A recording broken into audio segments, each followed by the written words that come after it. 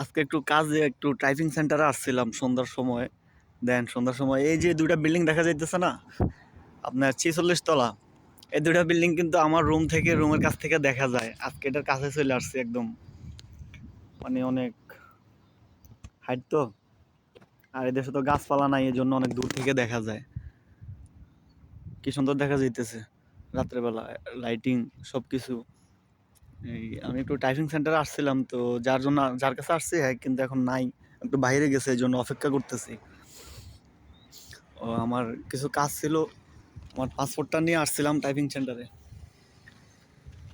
Duty শেষ কইরা রুমে গেছি, রুম থেকে ফ্রেশ হয়ে তারপরে বাইরে হইলাম। এখন ভাবলাম কাজটা শেষ করে ফেলি, এই জন্য আসলাম। কারণ অত একটা বাইর হওয়া যায় না, এখানে ফ্রি থাকি কম। ডিউটি যখন চলে